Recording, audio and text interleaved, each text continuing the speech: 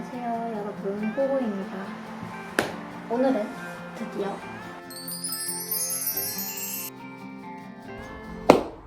안녕하세요 여러분, 호호 랄라 채널의 진짜 호호입니다. 반갑습니다. 오늘은 12월 말일쯤이고요. 2022년 12월 23일 금요일입니다. 그렇습니다. 2022년 12월 23일 금요일입니다. 오늘은 연말이니까 편하게 좀 이야기하듯이 먹으면서 찍고 싶어서 제가 만든 초코 오트밀 쿠큰이랑 과일이랑 얼그레이 차를 준비했습니다. 그러면 시작해볼까요?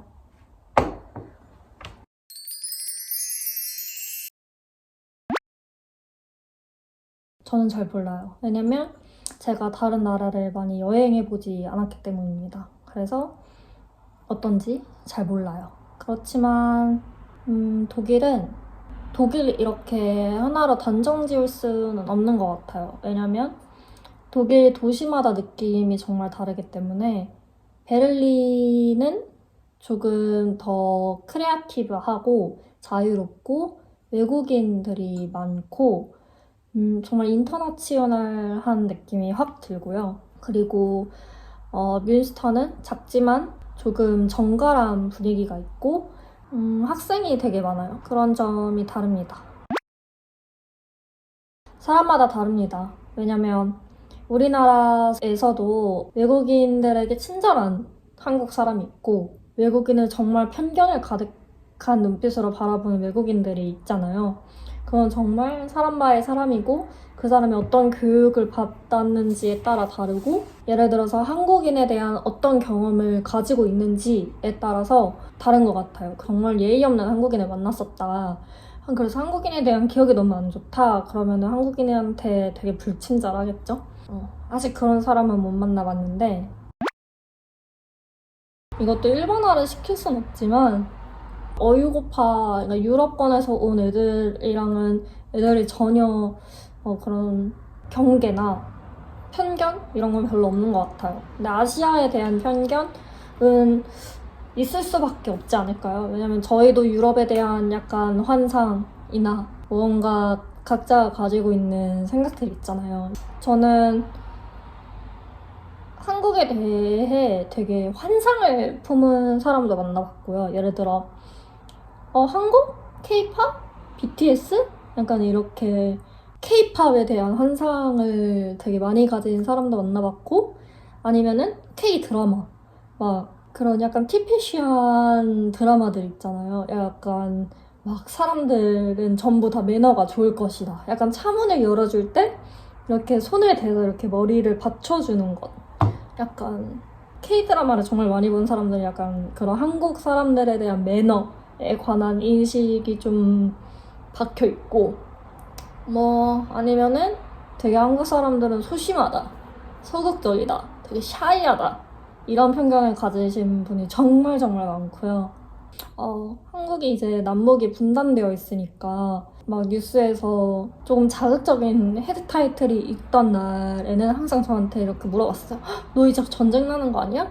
너 부모님한테 연락해봤어?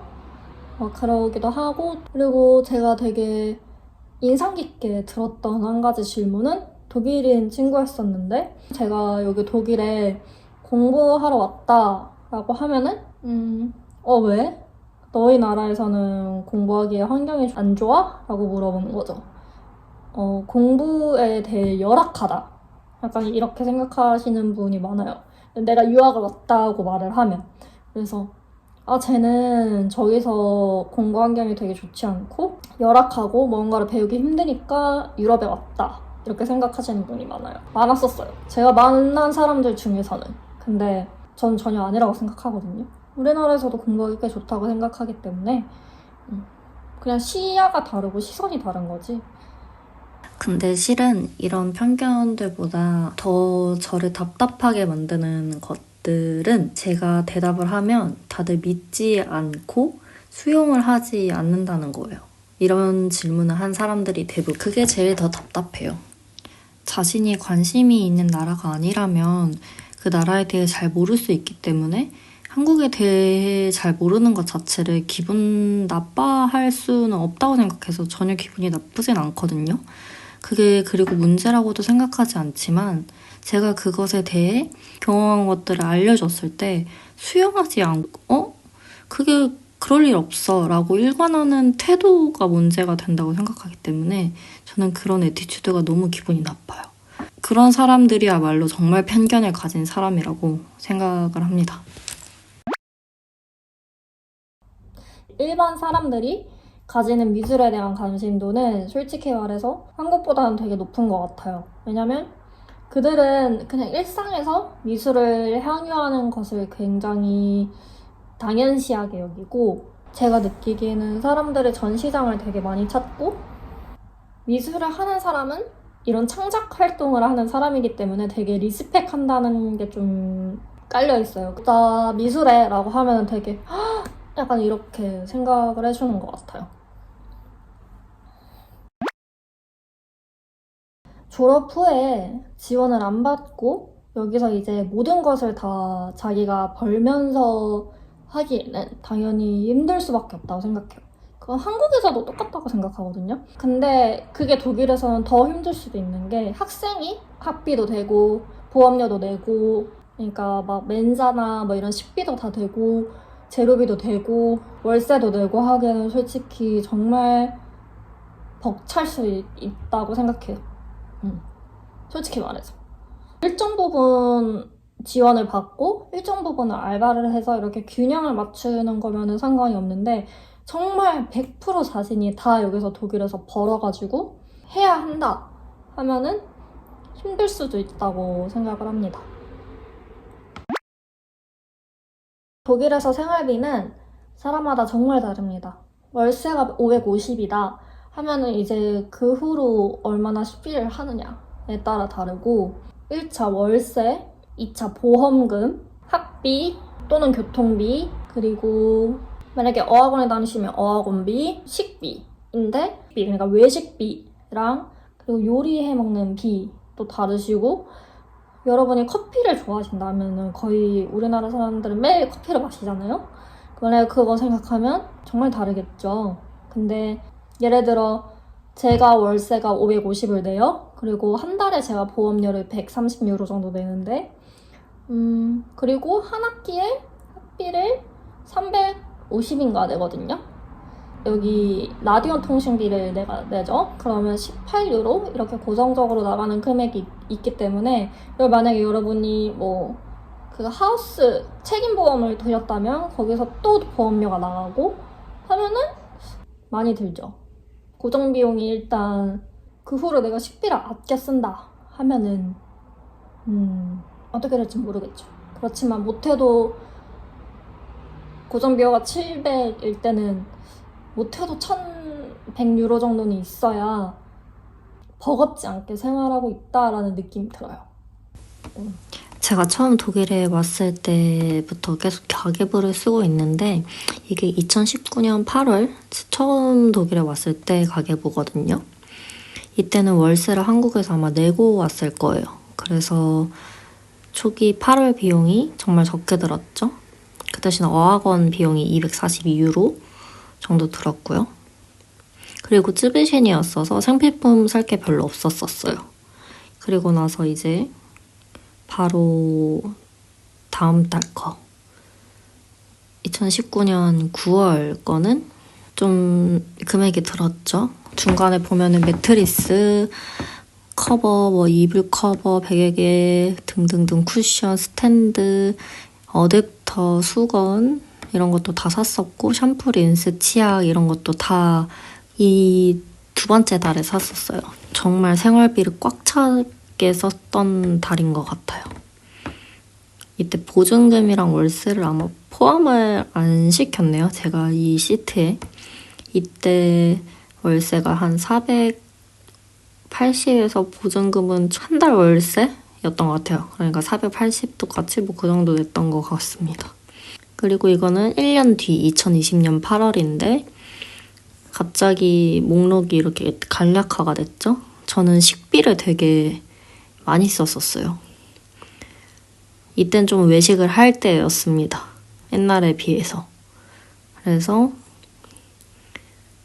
심지어 이때 여행 가는 왕복 버스비를 결제했을 때여가지고 또 살짝 마이너스였죠. 여기가 일단 최저 시급이 한국보다 높은 만큼 1인 1대 외식 비용도 한국보다 높거든요. 그러니까 약간 그런 거 생각하면 생각보다 적게 들진 않아요. 그리고 코로나 이후 그리고 지금 전쟁 그런 것 때문에 물가가 제가 처음에 독일에 왔을 때보다 많이 올랐어요. 많이는 아니더라도 조금 올랐어요. 여러분 초기 자금이라고 해야 되나? 초기 생활비는 조금 더 많이 생각하고 오셔야 돼요. 왜냐면 필요한 것들이 많거든요. 그릇이라거나 스탠드, 세제, 휴지, 첫 달에 이런 것들은 무조건 다 사야 되니까 뭐 그 다음 달에는 세제가 저번 달에 산 게 남아서 계속 쓴다고 해도 그런 것들을 생각하면 어느 정도 듭니다.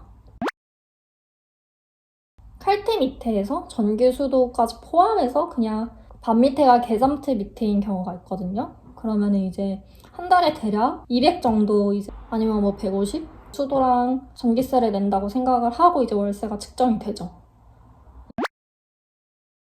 저는 제가 유학 준비생으로서 베를린에서 어학을 향상시켜야만 했기 때문에 그런 것들에서 사람들이 생각보다 실생활에서 독어를 쓸 수 있는 기회가 적어가지고 그게 좀 불편했어요.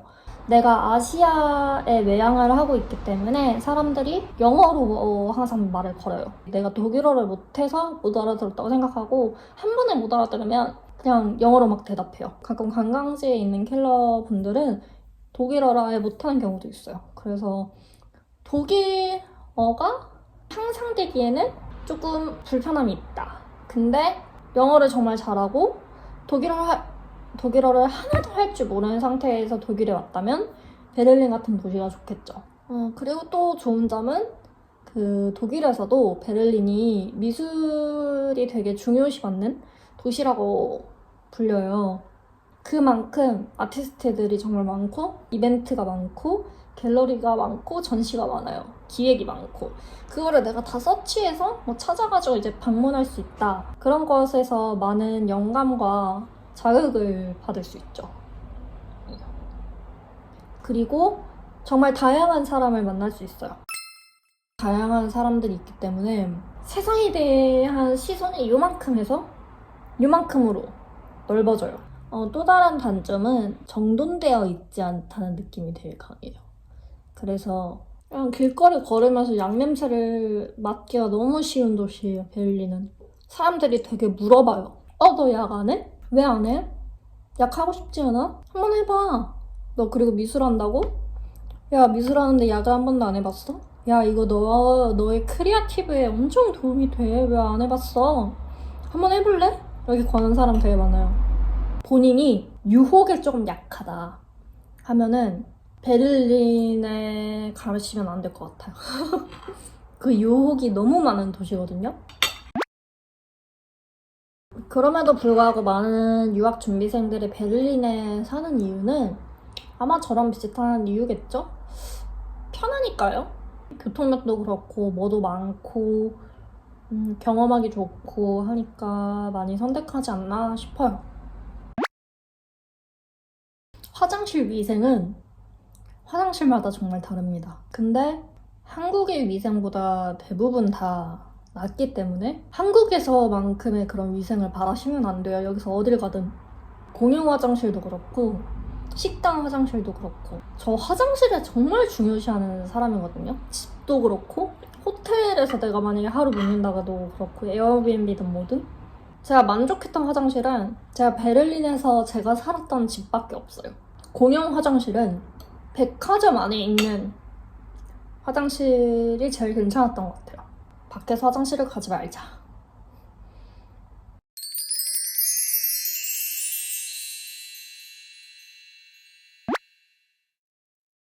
가장 여러분이 많이 물어보시는 것부터 할게요. 유학원 통하지 않고 가능하고요. 마페학원 통하지 않고 유학 가능합니다. 어떻게 가능하냐고요? 그건 본인이 하기 나름이고요. 일단 여러분 앞에 제가 있잖아요. 제가 했으니 여러분들도 당연히 가능하시고요.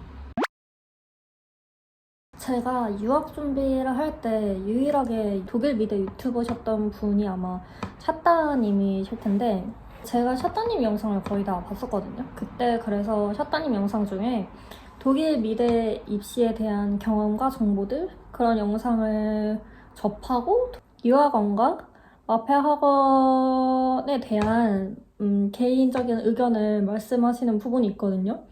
거기서 딱 조심스럽지만 감히 말씀을 드리자면 유학원과 마페학원을 통해야 할 정도로 자신의 작업을 보여주는 것에 자신이 없다면 작업을 하는 것 자체에 대하여 다시 한번 숙고해보는 게 어떻겠냐 조심스럽게 이야기해드리고 싶다 이러는 부분이 있었어요. 저는 그 말을 딱 듣고 그래 내가 남들의 손에 타지 않고 0부터 10까지 오로지 내가 준비하여 도전을 한번 해보자 라는 생각이 그때 딱 들었던 것 같아요. 이 질문도 함께 짚고 넘어가는 게 좋을 것 같아서 추가 설명을 하자면 저도 일단 유학원과 마페 학원 둘 다 찬성을 하는 쪽이에요. 사람마다 상황이 다르기 때문에 유학원과 마페 학원을 부정적으로만 볼 수 없다고 생각을 하거든요.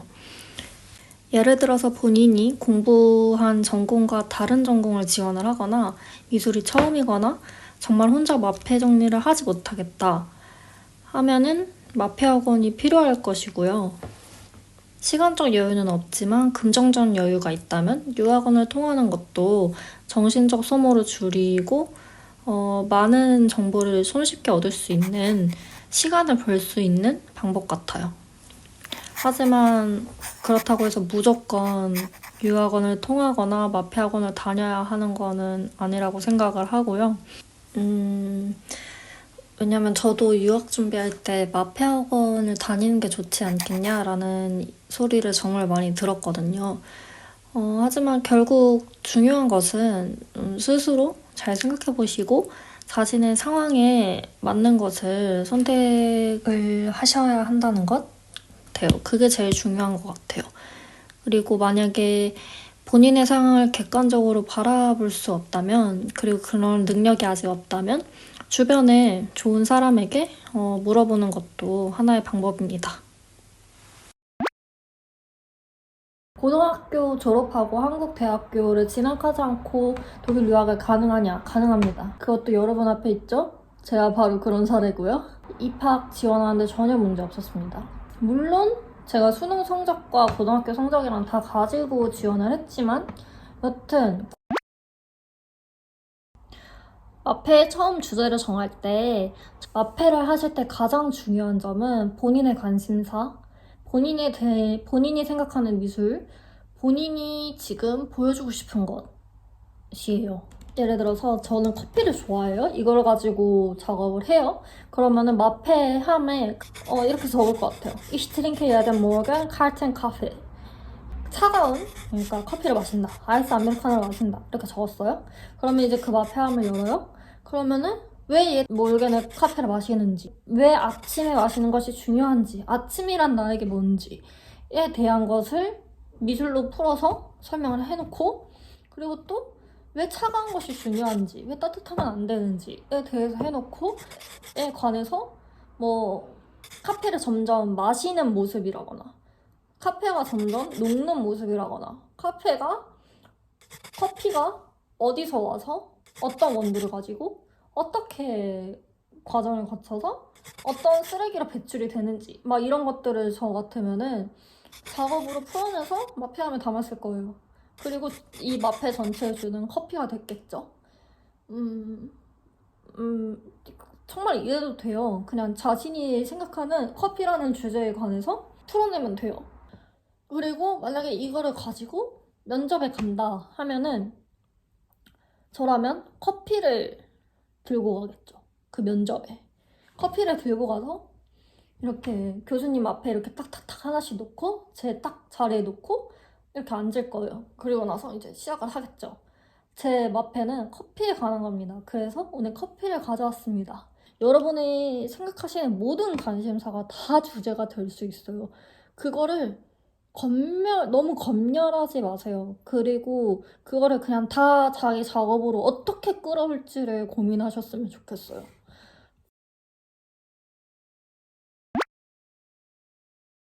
학교 생활에서 외국인 학생들을 전부 독일어만 써야 되는 건 아니에요. 물론 학교의 분위기나 교수님의 성향에 따라서 다르겠지만 이제 영어를 쓰는 학교도 되게 많아요. 예를 들어서 입학할 때 이 베아인스, 베츠바이만 요구했다 하면은 이제 영어 수업도 많을 거예요. 그런 학교에는. 근데 저희 학교는 입학할 때부터 체아인스를 요구했기 때문에 모든 포어레슨과 세미나 다 독일어가 100%고 콜로키움이라고 우리가 독일어로 이제 미술 작품 이제 우리 작업 크리틱하는 시간에도 100% 독일어만 써요. 근데 이제 클래스에 올라가면 영어로 하시는 분들도 있다고 들었어요. 근데 저희는 아직 독일어만 쓰고요. 독일어를 막 설명을 하다가 아 진짜 미안해. 나 이거는 독일어로 설명 못하겠어. 나 잠깐 영어로 해도 될까? 하고 영어로 하는 거는 문제 없는 것 같아요. 몇 명 그러기도 했고 그리고 애들도 영어 되게 좋아해요. 제 동기 중에 한 분은 애들이랑 스몰톡 할 때도 거의 대부분 영어로만 하세요. 그게 훨씬 더 편하시다고. 유명한 작가 교수님은 제가 유명한 작가 교수님을 아직 못 만나봤어요. 그래서 말씀드릴 수가 없어요. 저도 궁금합니다. 저희 교수님이 말씀하시기를 저희 학교도 대학교지만 독일어 명칭으로 쿤스트 아카데미잖아요. 근데 쿤스트 우니버시테인 데가 있어요. 거기는 이론 수업이 되게 많아요. 그리고 이론 수업과 아마 세미나를 어느 정도 강조하실 거예요. 근데 저희 쿤스트 아카데미, 저희 학교만 그런지 몰라도 그 대신 너의 프라이빌리 자유 알바이트를 강조한다. 저희는 학교는 매주 화요일 오전 11시부터 오후 6시까지 또는 5시까지 무조건 크리틱 시간을 가지는데요. 그거는 전원 다 참석을 해야 하고 교수님도 오세요. 그래서 작업을 보여주고 크리틱을 하고 의견 교환을 하죠. 월요일에는 페아솔리 게스프레이시라고 교수님이랑 1대1로 대화하고 싶으면 그 월요일에 다 할 수 있습니다. 뭐든. 그리고 그냥 일상생활에서도 그냥 애들한테 나 이거 되게 막혔다. 이거 어떻게 해야 되냐. 막 하면은 애들 막 이렇게 이것저것 의견 주고 서로 의견을 교환하고 자신의 의견을 밝히고 난 이게 싫다. 난 이건 좋다. 라고 말하는 거에 대해 전혀 꺼리낌이 없어요. 교수님도 그렇게 말씀을 하세요. 내가 너한테 이거를 다 조언을 해주고 이런 의견을 너에게 권하지만 이걸 작품에 반영할지는 100% 너의 선택이다. 이거는 그 누구도 강요할 수 없고 교수님이 첫 크리틱 시간에 말씀하셨던 것 같아요. 너의 모든 작업은 다 너의 자식들이니까 너가 이제 결정을 해라. 이 크리틱 결과에 대해서.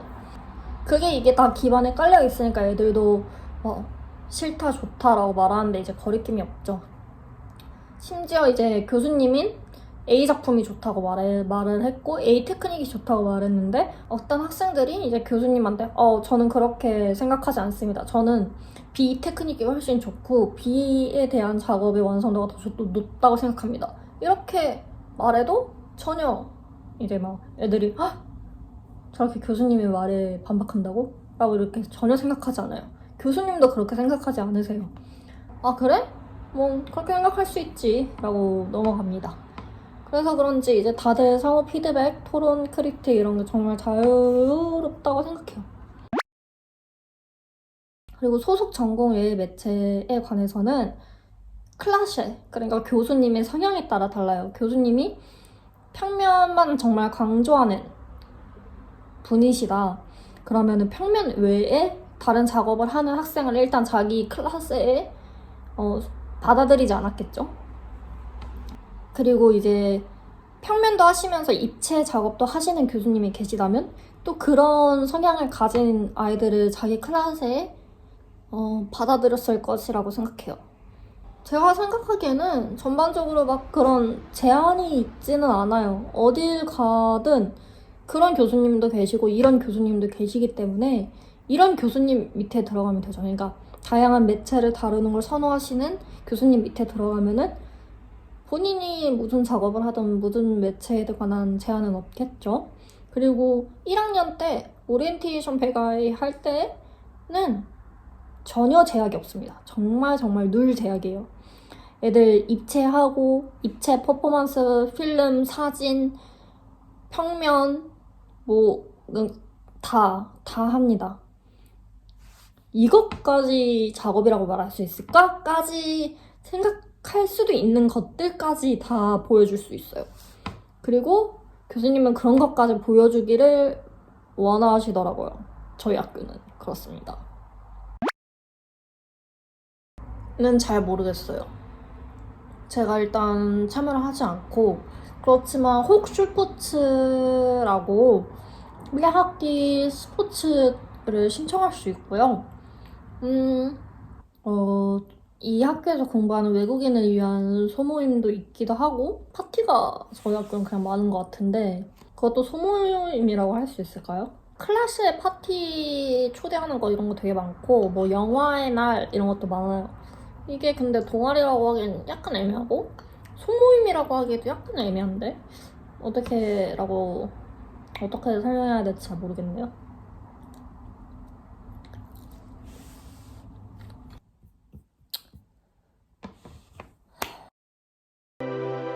일단 원상이 높아졌나? 약간 목이 아픈데 너무 크게 말해서 저는 정말 유학을 하는 일상 유튜버이기 때문에 다양한 주제로 작업하시는 분들이 많고 다양한 성향을 가지고 계세요. 여러분들도 그 중에 한 사람이고 저도 그 중에 한 사람이고요. 그리고 저의 모든 시선을 그냥 한 개인의 의견 이라고 생각해 주시면 될 것 같아요. 그리고 그런 개인의 의견이 여러분들에게 얄팍하게나마 좀 도움이 되셨으면 좋겠어요. 그리고 기회가 된다면 우리가 독일에서 또는 한국에서 미술업계에서 또는 그 밖에서 만날 수 있었으면 좋겠습니다. 그리고 독일어와 제대로 된 미래에 관한 영상은 다음 기회에 제대로 준비해서 찾아뵙겠습니다. 여러분 정말 좋은 연말 보내시고 새해에 만나요. 안녕.